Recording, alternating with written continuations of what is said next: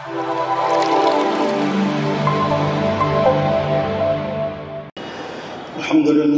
alladzi lam yattakhidh waladan wa lam yakul lahu sharikun fil mulk wa lam yakul lahu waliyyun min adh-dhulli wa kabbirhu takbira. Thumma ashhadu an la ilaha illallah wahdahu la sharika lahu wa ashhadu anna sayyidana wa sanadana wa habibana wa maulana Muhammadan abdullahi wa rasuluhu الذي أرسله بالحق بشيرا ونذيرا وداعيا إلى الله بإذنه وسراجا منيرا. أما بعد فإن أصدق الحديث كتاب الله وأحسن الهدي هدي محمد صلى الله عليه وسلم وخير الأمور عوازمها وشر الأمور محدثاتها وكل محدثة بدعة وكل بدعة ضلالة وكل ضلالة في النار. أما بعد فأعوذ بالله من الشيطان الرجيم وأنحكم بينهم بما أنزل الله ولا تتبع أهواءهم. وقال سبحانه وتعالى أفحكم الجاهلية يبغون ومن أحسن من الله حكما لقوم يوقنون. الحمد لله. সম্মানিত তাওহীদবাদী সুন্নি মুসলিম ভাতৃমণ্ডলী, আজকে বিশেষ করে টাঙ্গাইল জেলার কালিহাতী থানার মোল্লা গ্রামের এই ঐতিহ্যবাহী বিশাল নান্দনিক জামে মসজিদে সমবেত সুন্নি মুসলিম ভ্রাতৃমণ্ডলী, আলহামদুলিল্লাহ, আপনাদের সম্মুখে সূরা আল মাইদার 49 এবং 50তম দুটি আয়াতে কারিমার অংশ বিশেষ আমি তেলাওয়াত করেছি। ইনশাআল্লাহ মুস্তাআন আয়াতে কারিমা দুটি তাফসীর, বিশ্লেষণ, ব্যাখ্যামূলক কিছু কথা বলার চেষ্টা করব ইনশাআল্লাহ। তো সম্মানিত সুধীবৃন্দ, আমরা প্রত্যেকে অবগত আছি আলহামদুলিল্লাহ আমাদের প্রিয় মাতৃভূমি বাংলাদেশ খুব সুন্দরভাবে চমৎকারভাবে ঘুরে দাঁড়িয়েছে আলহামদুলিল্লাহ। মহাক্রান্তিকাল, মহাসংকটকাল আমরা অতিক্রম করলাম, সিরিজ সংকটকাল বলবো। সর্বশেষ স্মরণকালের ভয়াবহ বন্যা যা আমাদের প্রায় অর্ধেক জনপদকে বিস্তীর্ণ, ফেনী, নোয়াখালী, কুমিল্লা, সিলেট, চট্টগ্রাম, খাগড়াছড়ি, প্রায় অর্ধেক বাংলাদেশের ভূখণ্ডকে একেবারে পানির নিচে তলিয়ে দিল। মানবতা বিপন্ন হয়ে গেল, আকস্মিক বন্যায় একেবারে দিশেহারা। কিন্তু প্রথমত মহান আল্লাহর খাস রহমত, অতঃপর ইস্পাত দৃঢ় ঐক্য আমাদের বাংলাদেশের জনগণের একেবারে বন্যার মতো কিন্তু ত্রাণ গেছে। সম্মানিত শ্রোতাদের, বন্যার মতো ত্রাণ গেছে, এটাকে কল্পনা পর্যন্ত করতে পারেনি বাংলাদেশ এভাবে ঘুরে দাঁড়াবে। বাংলাদেশের জনগণের পারস্পরিক যে মহাব্বত, ভালোবাসা, এটা একটা ইতিহাস সৃষ্টি করেছে। সম্মানিত শ্রোতাবৃন্দ, আলহামদুলিল্লাহ বাংলাদেশ জমিদার দিচ্ছে, আলহামদুলিল্লাহ অনেক তারা দিচ্ছে এবং দিয়েছে আলহামদুলিল্লাহ। এবং আপনাদের এই মসজিদ থেকেও বড় একটা অ্যামাউন্ট আপনারা দিয়েছেন আলহামদুলিল্লাহ। যেহেতু বললা আপনাদের ঐতিহ্য আছে। আমাদের আল্লাহ নাজমুল সাদাত মাশাআল্লাহ বর্ষিয়ান আমাদের অত্যন্ত নিবেদিত প্রাণ জমিদার হাদিসের জন্য শুকুর মাহমুদ সাহেব আছেন আলহামদুলিল্লাহ। আমাদের সম্মানিত খতিব সাহেব ওবায়দুল্লাহ সাহেব, মাওলানা শহীদুজ্জামান, আরও অনেকে আলহামদুলিল্লাহ, এবং বিশেষ করে সেক্রেটারি ওমর রহমান সাহেব, আপনাদের প্রত্যেকের অবদান এটা ভূয়সীভাবে, এটা চমৎকারভাবে প্রশংসিত হয়েছে আলহামদুলিল্লাহ। সারা বাংলাদেশ থেকে যে পরিমাণ আমরা ত্রাণ নিজে দিতে গিয়ে দেখি যে মানুষ যেভাবে পাশে দাঁড়িয়েছে আলহামদুলিল্লাহ, সকল ষড়যন্ত্র বাংলাদেশিরা নস্যাৎ করে দিয়েছে আলহামদুলিল্লাহ। তো তো সম্মানিত শ্রোতাবৃন্দ, তারপর আমরা বলবো এখনো কিন্তু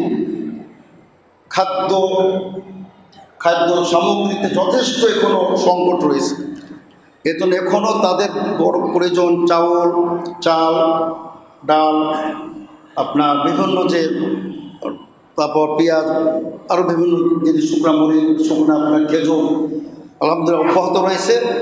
আশা করি আপনারাও আপনাদের দানের হাতকে অব্যাহত রাখবেন ইনশাআল্লাহ। তার সাথে ওখানে বিশুদ্ধ পানির সংকট, ওষুধপত্রের সংকট আল্লাহর মধ্যে সব সুন্দরভাবে ব্যবস্থাপনা হচ্ছে আলহামদুলিল্লাহ। তো আমরা মনে করি বাংলাদেশের প্রতিটি অঞ্চলে, বিশেষ করে বন্যা দুর্গত এলাকায়, এই যে কোনো একটা ভয় আছে তিস্তার বাঁধ খুলে দিবে। আমি মনে করি প্রত্যেক বাড়িওয়ালাকে, প্রত্যেক ব্যক্তিকে মিনিমাম 10 দিনের শুকনো খাবার এটা সংগ্রহে রাখা এটা উচিত আমরা মনে করি। তো সম্মানিত শ্রোতাবৃন্দ, আলহামদুলিল্লাহ যে তারপরও দুঃখ লাগে যেভাবে আপনার মানুষ অসহায় হয়ে গেছে, বিচ্ছিন্ন হয়ে গেছে, ছোট ছোট শিশুরা ভেসে গেছে। সম্মানিত শ্রোতাবৃন্দ, হৃদয় বিদারক দৃশ্য, মাকে আশ্রয় কেন্দ্রে রেখে এসে থেকে পিতা নাই, বাড়িও নাই, সব চলে গেছে, ভেসে চলে গেছে একেবারে প্রচণ্ড স্রোতে।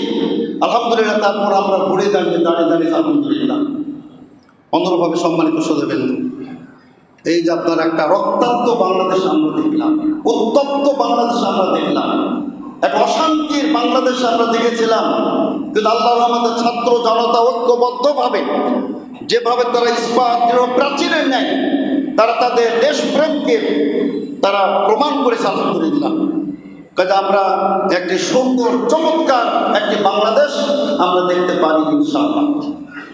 তো সম্মানিত শ্রোতাবৃন্দ, আমি আপনাদের সম্মুখে যে 2-4টি কথা বলতে চাই যে বর্তমান যে তত্ত্বাবধায়ক অন্তর্বর্তীকালীন সরকার, এদের রূপরেখা আলহামদুলিল্লাহ আমরা পেয়েছি। আমি মনে করি যে তাদের পাশে আমাদের দাঁড়াতে হবে, তাদের সামগ্রিকভাবে আমাদের তাদের সহযোগিতা করতে হবে। আমরা আশা করি যে তারাও সমাজে তারা সুন্দর ন্যায় বিচার প্রতিষ্ঠা করবেন। সম্মানিত শ্রোতাবৃন্দ, আমি আজকে আপনাদের সম্মুখে মূলত এই ন্যায় বিচারের উপর কিছু কথা বলতে চাই। ন্যায় বিচারের উপর কিছু কথা বলতে চাই, আমাদের অবস্থান নিয়ে কিছু কথা বলতে চাই।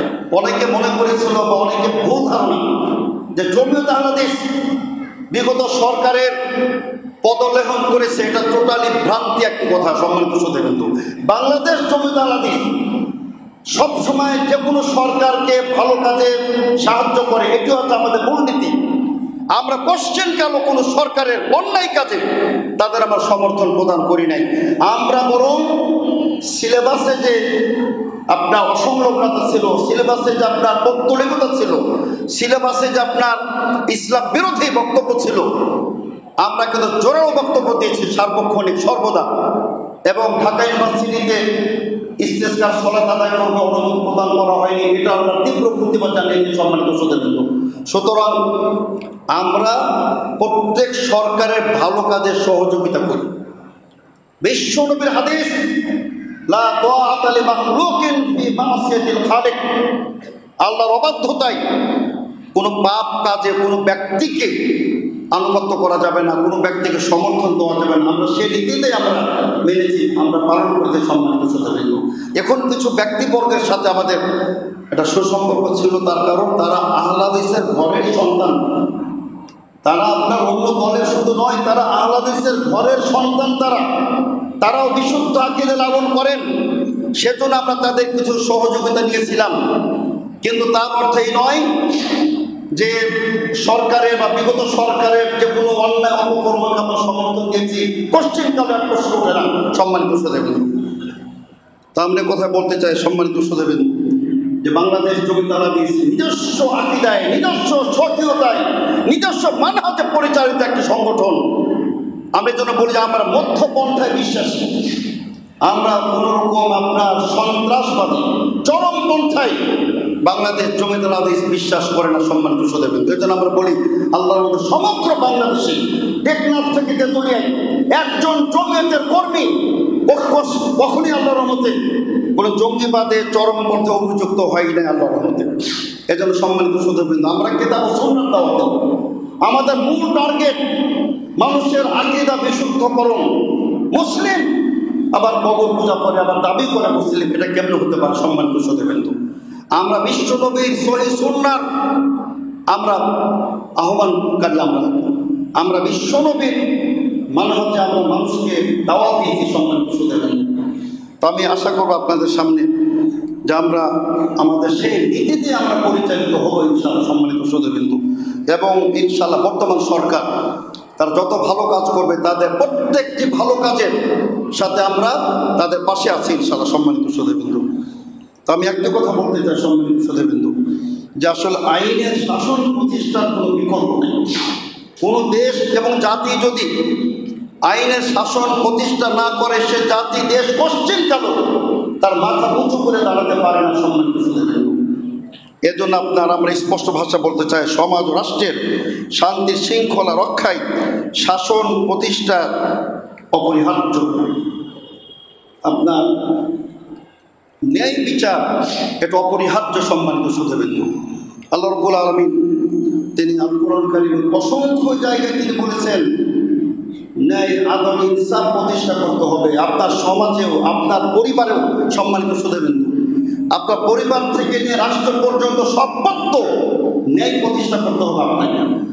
আপনি যদি আপনার পরিবারের সদস্যদের মধ্যে আপনি ন্যায় প্রতিষ্ঠা না করেন, আপনি আল্লাহর কাছে ধরা খাবেন। সম্মানিত সুধীবৃন্দ, আপনি আপনার কন্যা সন্তানকে যদি বঞ্চিত করেন, ছেলেদের নামে লিখে দেন, ভাইদের মধ্যে আপনি সাম্য রাখতে পারলেন না, আপনার সন্তানদের মধ্যে আপনি সাম্য বজায় করতে পারলেন না, আপনি কিন্তু ন্যায় বিচার প্রতিষ্ঠা করতে পারলেন না। সম্মানিত সুধীবৃন্দ, এর জন্যই বিশ্বনবী বলেন ইমামুল আদিল, রোজ কিয়ামতের কঠিন দিনে যেদিন, সেদিন আরশের ছায়া ছাড়া কোনো ছায়া থাকবে না। সেই দিন আল্লাহ পাক রব্বুল আলামিন, সেই কঠিন মুহূর্তে আল্লাহ পাক রব্বুল আলামিন 7 শ্রেণীর লোককে তিনি তার আরশের ছায়াতলে স্থান প্রদান করবেন। তার মধ্যে প্রথম ব্যক্তি হলো ইমামুল আদিল, ন্যায়পরায়ণ শাসনকর্তা, ন্যায়পরায়ণ প্রধানমন্ত্রী, ন্যায়পরায়ণ আপনার যিনি প্রশাসক হবেন, এই ব্যক্তিকে আল্লাহ পাক রব্বুল আলামিন সবকে সম্মানিত করবেন। এই জন্য সম্মানিত সুধীবৃন্দ, আমরা বলতে চাই যে আমাদের আইনের শাসন আমাদের প্রতিষ্ঠা করতে হবে। তবে আমাদের মনে রাখতে হবে, আইনের শাসন করতে সর্বাগ্রে সবচেয়ে ঊর্ধ্বে হলো কিতাবুল্লাহ, আল্লাহর কোরআন। এখানে মানব জাতির সকল বিধান আল্লাহ পাক রব্বুল আলামিন বিশদভাবে তিনি বর্ণনা করেছেন। এজন্য আল্লাহ পাক রব্বুল আলামিন তিনি বলেন, চমৎকারভাবে আল্লাহ পাক রব্বুল আলামিন তিনি বলতেছেন,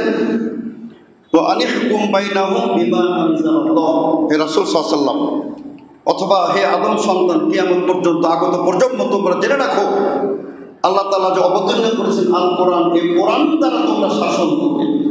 সুতরাং কোরআনের শাসন, ইসলামী অনুশাসন এটা অপরিহার্য। সম্মানিত সুধীবৃন্দ, এজন্য আমরা অবশ্যই বর্তমান উপদেষ্টা পরিষদকে এবং প্রশাসনকে আমরা বলতে চাই, যতটা সম্ভব হবে আল কোরআন কারীম এবং সুন্নাহর আলোকেই বিচার কার্য পরিচালনা করতে হবে। সম্মানিত সুধীবৃন্দ, এবং সেখানে ন্যায় প্রতিষ্ঠা করতে হবে। আপনি দেখুন, আমি শুধু এক উদাহরণ, প্রত্যেকে জানেন যে কুরাইশ বংশের এক সম্ভ্রান্ত মহিলা তিনি চুরি করেছিলেন, তার নাম ছিল ফাতেমা মাখজুমিয়া।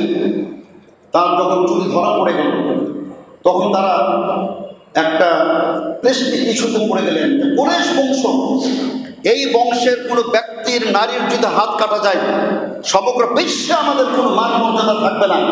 তখন তারা আল্লাহ রাসূল সাল্লাল্লাহু আলাইহি ওয়াসাল্লামের প্রিয় পাত্র ওসামা বিন যায়েদের কাছে আসলেন, এসে বললেন, ওসামা, আল্লাহ রাসূল তোমাকে অনেক ভালোবাসেন, তুমি আল্লাহ রাসূলকে সুপারিশ করো যেন ফাতেমা মাখজুমিয়ার হাত কর্তন না করা হয়। আল্লাহ রাসূল সাল্লাল্লাহু আলাইহি ওয়াসাল্লাম প্রধান্বিত হয়েছিলেন, ওসামা, তোমার তো সাহস কম না, তুমি আল্লাহর সীমারেখার ব্যাপারে, আল্লাহর হদের ব্যাপারে তুমি সুপারিশ করতেছো।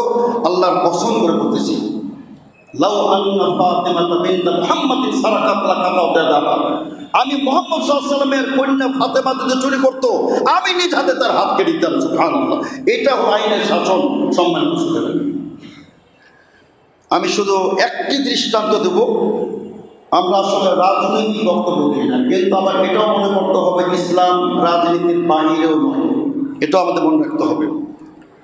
এই যে আপনার আখাউড়ায় বিপাড়িয়া একটি কি জাহানার হক নাকি একটা মহিলা কলেজ, তো সেই কলেজে আমরা দেখলাম সম্মানিত সুধীবৃন্দ 30 তারিখ 9 দিগন্তের সন্তান 11 জন প্রভাষক রয়েছে। 11 জন প্রভাষককে বাদ দিয়ে একজন সহকারী লাইব্রেরিয়ান মহিলা, তাকে আপনার অধ্যক্ষের দায়িত্ব দেওয়া হয়েছে। আনিসুল হক সাহেব, যে আইনমন্ত্রী যিনি বর্তমানে অ্যারেস্ট হয়েছেন, আনিসুল হক সাহেব সেই কলেজের সভাপতি। তা আমি বলতে চাচ্ছি যে আপনি চিন্তা করুন, এতগুলো প্রভাষক, এতগুলো শিক্ষাবিদ সবকে বাদ দিয়ে লাইব্রেরিয়ানও না, একজন সহকারী লাইব্রেরিয়ান একজন মহিলাকে কলেজের প্রিন্সিপাল বানিয়ে দিল। কেন? আত্মীয়তার সম্পর্কের কারণে। আর বিশ্বনবী কে বলেছেন, আমার কন্যা ফাতেমা যদি চুরি করতো আমি নিজ হাতে তার হাত কেটে দিতাম। সম্মানিত সুধীবৃন্দ, কাজে কিভাবে আপনি বলবেন যেখানে আইন এখানে ন্যায় প্রতিষ্ঠা হতে পারে? এটা প্রশ্ন উঠে না। সম্মানিত সুধীবৃন্দ, অসংখ্য ইতিহাস গ্রন্থে প্রমাণিত আলী রাদিয়াল্লাহু আনহুর একটা লৌহ বর্ম, লোহার যুদ্ধের পোশাক তিনি তাবুক থেকে ফেরার পথে হারিয়ে গেছিল। তিনি হঠাৎ করে সেটা দেখেন যে গুফা নগরীতে একটি হাটে সেটা বিক্রি করতে চাইলেন। আলী রাদিয়াল্লাহু ধরে ফেললেন যে এই ইহুদি জিম্মি, এটা তো আমার পোশাক, তুমি কিভাবে পেলে? এটা আমার পোশাক, এটা পড়ে গেছিল আমার ঘোড়ার উপর থেকে। তিনি বলতেছেন, আমিরুল মুমিনিন, এটা আমার এটা আমার যুদ্ধের পোশাক। তাদের দুজনের মধ্যে বাদানুবাদ হল। সেই ব্যক্তি বললেন, ইহুদি বললেন যে আপনি আমাকে আপনাদের বিচারকের কাছে নিয়ে যান। তারা দুজনে বিচারকের দ্বার প্রান্ত হলেন। কাজী সুরাক রাহিমাহুল্লাহ তার কাছে গেলেন। কাজী সুরাই বলছেন, খলিফাতুল মুসলিমিনকে বলতেছেন, প্রেসিডেন্টকে বলতেছেন, সমগ্র বিশ্বের মুসলিম জাহানের যিনি খলিফা ছিলেন আলীকে বলতেছেন, এটা আপনার দেরা তার প্রমাণ। তিনি বলছেন, আমি নিজেও প্রমাণ, আর আমার ছেলে হাসান প্রমাণ, আর আমার যে ভূত বা দাস কুম্বুর সে প্রমাণ। বিচারক বলতেছেন, আপনার তো সন্তান আপনার জন্য সাক্ষী হতে পারে না। তিনি বলছেন, কেন হতে পারে না? সে কি সাধারণ সন্তান? তিনি জান্নাতের সুসংবাদপ্রাপ্ত সাহাবী আল হাসান বিন আলী বিন আবি তালিব রাদিয়াল্লাহু আনহু।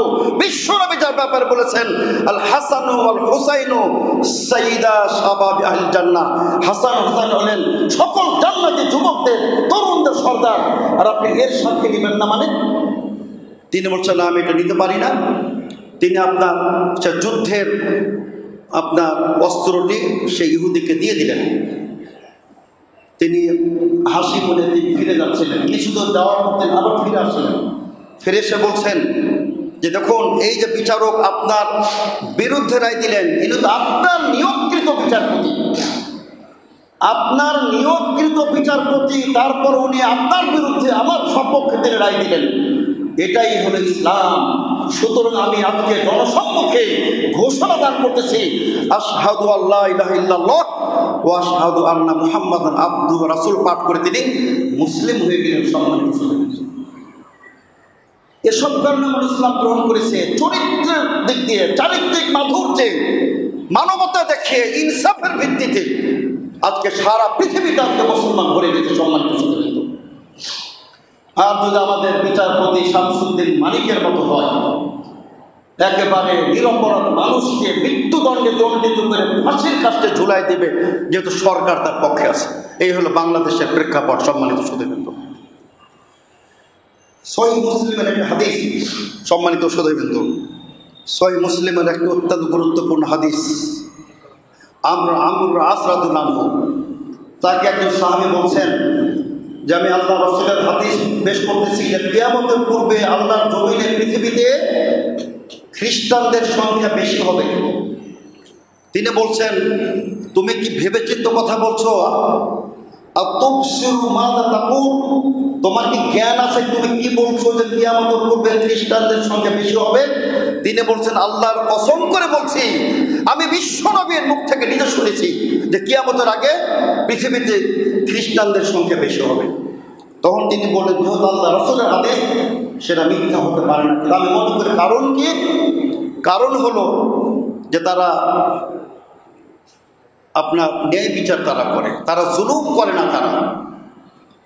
এবং তিনি বললেন, হাদিসও বলেছেন যে ইউরোপিয়ান যারা হবে, যারা খ্রিস্টানরা যারা হবে, ওরা তাদের প্রজাদের প্রতি তারা কোনো অবিচার করে। এই জন্য আপনি দেখেন সম্মানিত শ্রোতা, সমগ্র ইউরোপ জুড়ে দেখেন, ওখানে আপনার নাগরিকদের প্রতি কোনো অত্যাচার নেই, জুলুম নাই।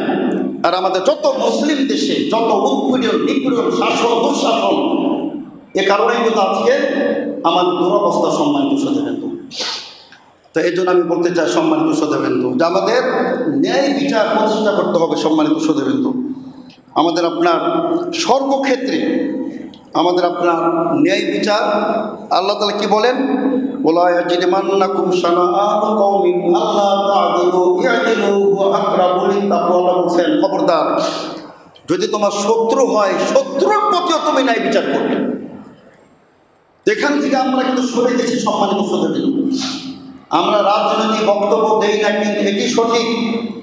আপনি মানুষ খুন করলে পার পেয়ে যাবেন যদি আপনি সরকার দলের রাজনীতি আপনি করেন। এই হলো বাংলাদেশ। সম্মানিত শ্রোতাবৃন্দ, এখান থেকে আমাদের উত্তরণ ঘটতে হবে। সম্মানিত শ্রোতাবৃন্দ, এখান থেকে আমাদের বেরিয়ে আসতে হবে।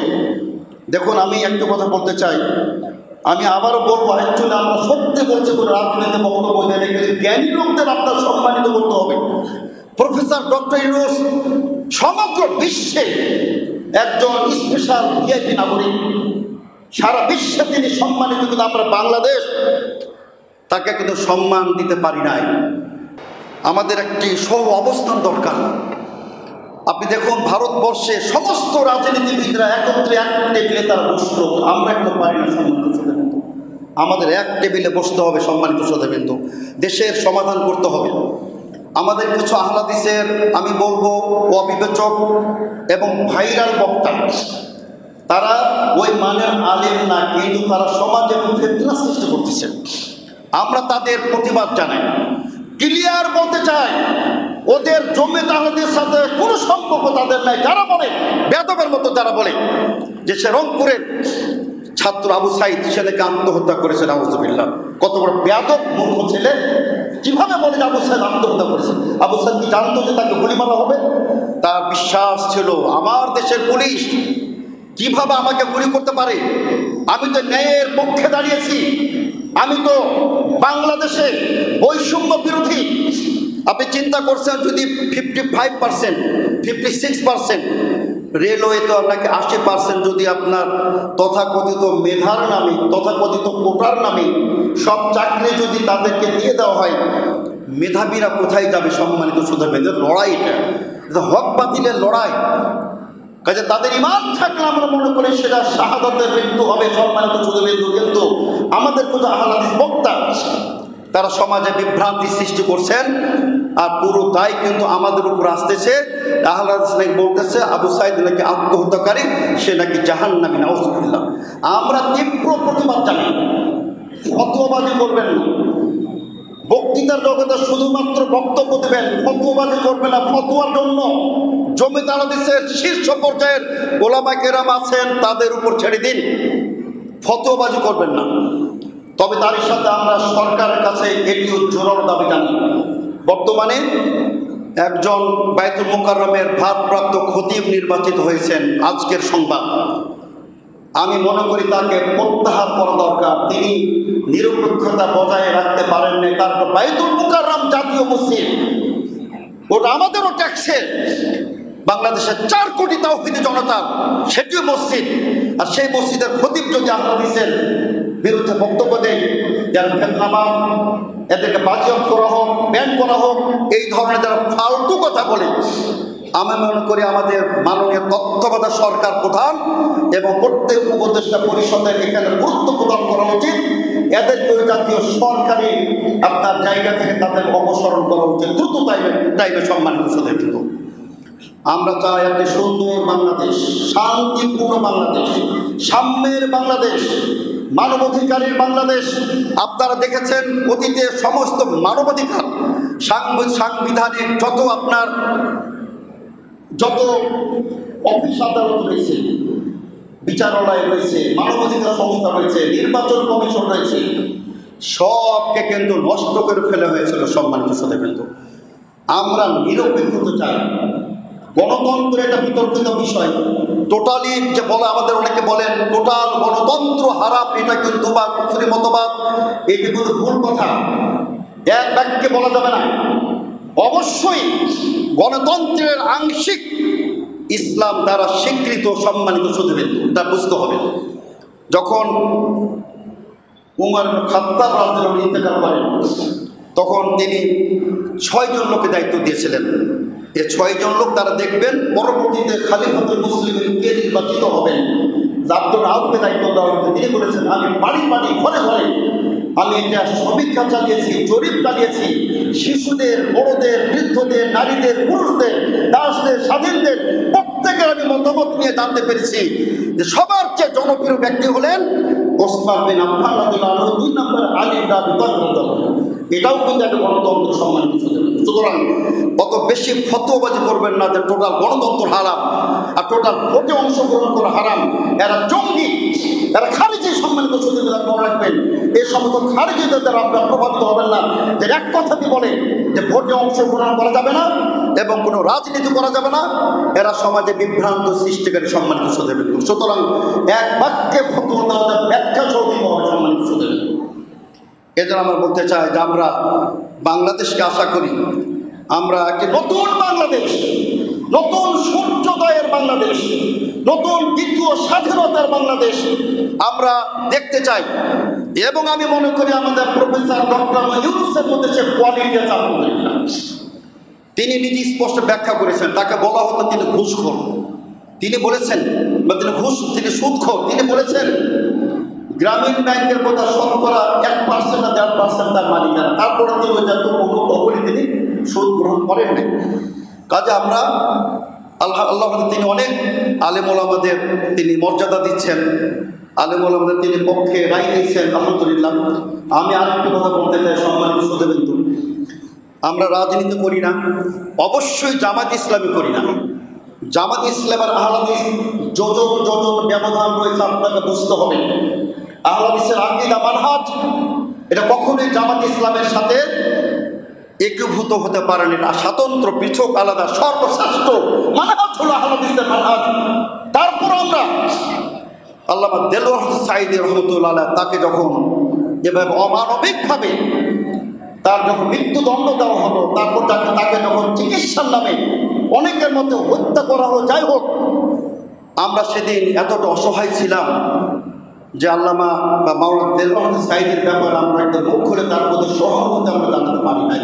সম্মানিত শ্রোতাবৃন্দ, এমন বাংলাদেশ আমরা চাই না। সম্মানিত শ্রোতাবৃন্দ, এই যে মাওলানা মামুনুল হক সাহেবকে যেভাবে হেনস্থ করা হয়েছে, আলেম দ্বীনকে এভাবে হেনস্থ করার আমরা পক্ষে নই। সম্মানিত শ্রোতাবৃন্দ, তারপর আমরা বলতে চাই যে আমরা সুন্দর শান্তিপূর্ণভাবে, সম্মানিত শ্রোতাবৃন্দ, একটি বাংলাদেশ আমরা চাই যেখানে আপনার ন্যায় প্রতিষ্ঠা থাকবে, যেখানে ভ্রাতৃত্ব থাকবে, যেখানে ভালোবাসা থাকবে, যেখানে আপনার অবস্থান থাকবে শান্তিপূর্ণভাবে।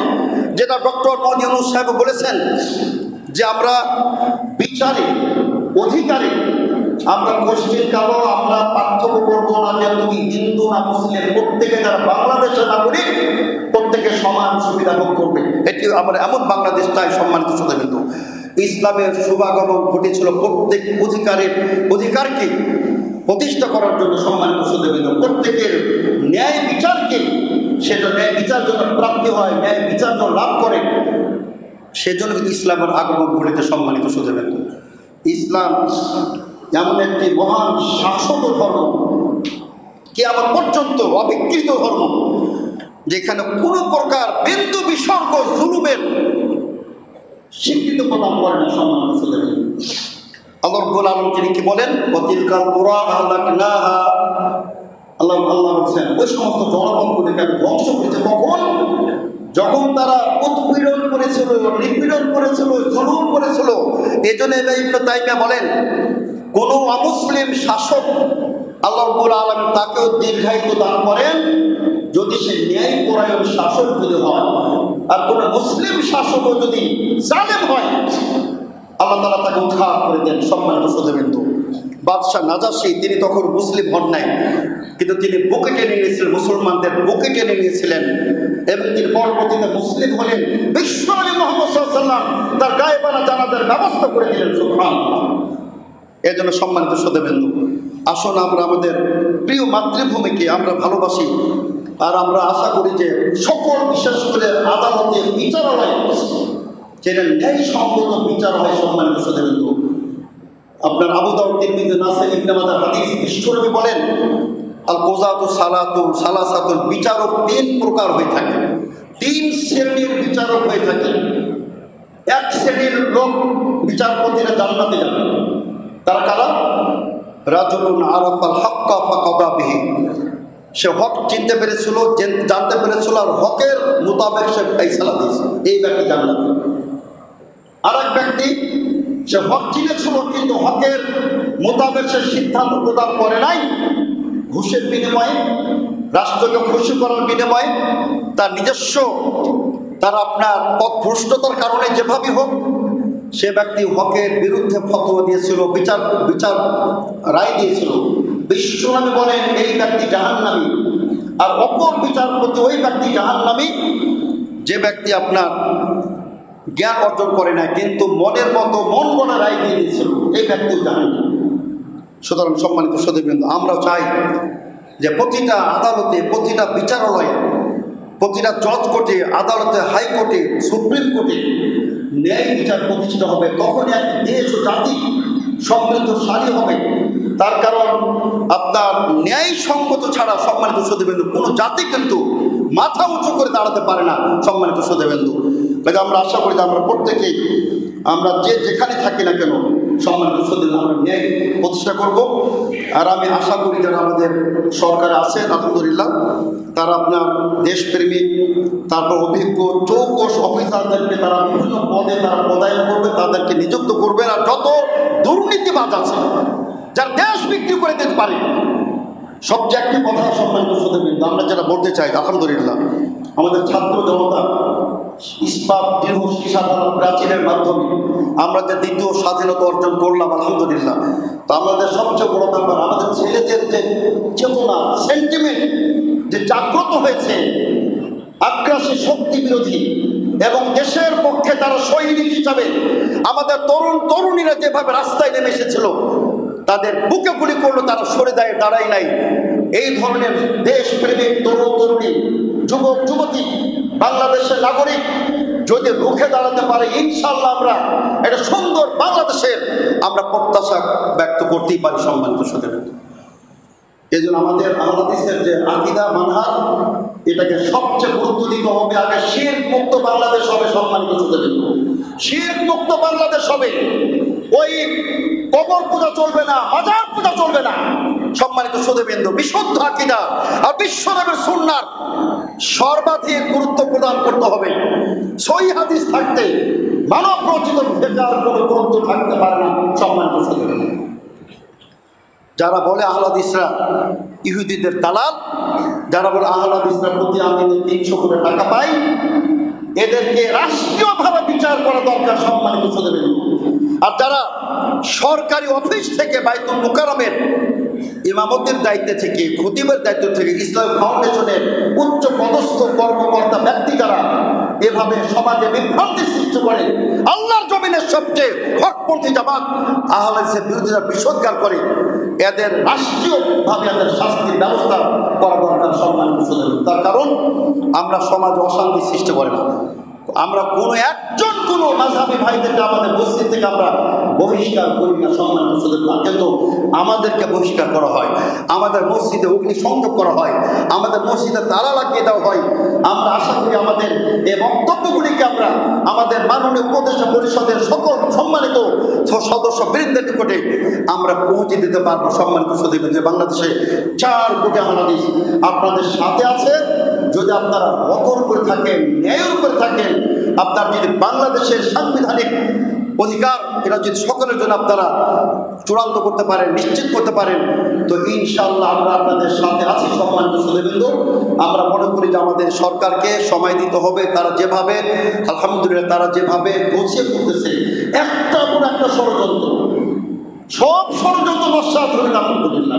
সর্বশেষ হলো আনসারদের কিভাবে তারা আপনার আক্রমণ করেছিল সচিবালয় দখল করার কি চক্রান্ত। সম্মানিত সুধীবৃন্দ, এত সুন্দরভাবে সুষ্ঠুভাবে আমাদের সেনাবাহিনী সমর্থিত বর্তমান এই তত্ত্বাবধায়ক সরকার যেভাবে দমন করেছে, আমরা তাদেরকে ধন্যবাদ জানাই। আজকে ঐতিহাসিক এই নান্দনিক ঐতিহ্যবাহী বল্লার সর্ববৃহৎ বাংলাদেশের এই মসজিদ থেকে আমরা সরকারকে সাধুবাদ জানাই। আর আমরা বলতে চাই, আমরা 4 কোটি তাওহীদি জনতা আমরা সরকারের সাথে আছি, সকল ভালো কাজ। সম্মানিত সদস্য, আলহামদুলিল্লাহ আপনাদের সকলের অত্যন্ত গর্বিত কৃতি সন্তান আমাদের বিশিষ্ট শিক্ষাবিদ জনাব ডক্টর শরীফুল রিপন সাহেব, তিনি আমাদের মাঝে আজকে আছেন আলহামদুলিল্লাহ। তা আমরা ইনশাআল্লাহ প্রচেষ্টায় আছি, আমরা সরকারের সাথেও একটা নিয়াত সুসম্পর্ক স্থাপন করবো। আমরা আপনাদের প্রতিটা ভালো কাজে সহযোগিতা করার জন্য আমরা প্রস্তুত রয়েছি। সম্মানিত সুধীবৃন্দ, সে কথাটা আমরা ইনশাআল্লাহ বলবো ইনশাআল্লাহ। তা আমরা আশা করি সরকার বৈষম্যহীন দুর্নীতিমুক্ত একটি বাংলাদেশ তার গড়ে তুলবেন। আর তার সাথে আমরা মনে করি যে আপনার বিশেষ করে রাজস্ব খাতকে শক্তিশালী করতে হবে, বৈদেশিক মুদ্রার আপনার নিজামকে এটা বাড়াতে হবে, শক্তিশালী করতে হবে, এবং দ্রব্য মূল্যের লাগামহীন ঊর্ধ্বগতিকে টেনে ধরতে হবে। সম্মানিত সুধীবৃন্দ, এই যে মাথায় করে 800 টাকা কেজি, আর বিভিন্ন যে আপনার তরি তরকারির যে দাম, কিছু কারণও আছে, অতিবৃষ্টিতে সব নষ্ট হয়ে গেছে, কিছু কারণ। তারপর আলহামদুলিল্লাহ অনেকটাই কিন্তু পরিস্থিতি বর্তমানে নিয়ন্ত্রণে আলহামদুলিল্লাহ, অনেকটাই নিয়ন্ত্রণ আলহামদুলিল্লাহ।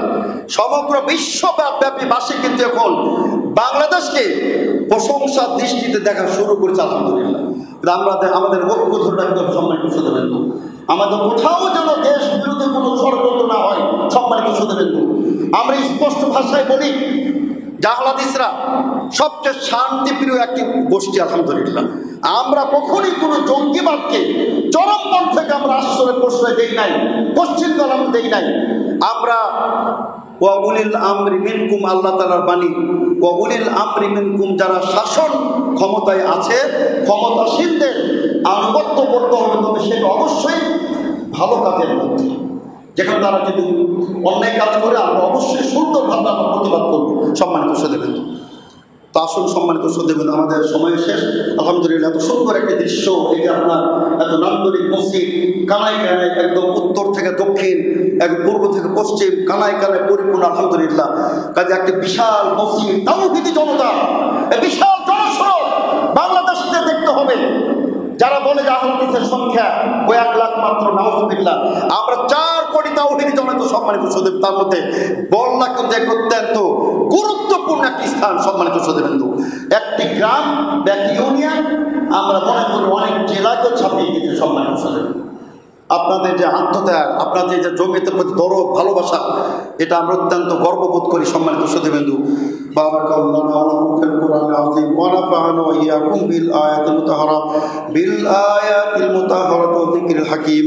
ইন্নাহু তাআলা জাওয়াদুন কারীম, কারীমুম মালিকুম বাররাউফুর রহিম।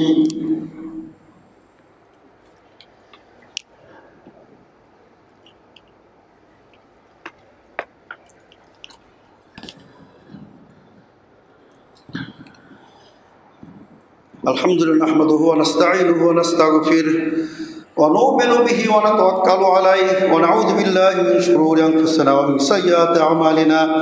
মান ইয়াহদিহিল্লাহু ফালা মুদিল্লা লাহু ওয়া মান ইউদ্লিল ফালা হাদিয়া লাহু ওয়া আশহাদু আন লা ইলাহা ইল্লাল্লাহ ওয়াহদাহু লা শারীকা লাহু ওয়া আশহাদু আন্না মুহাম্মাদান আবদুহু ওয়া রাসূলুহু।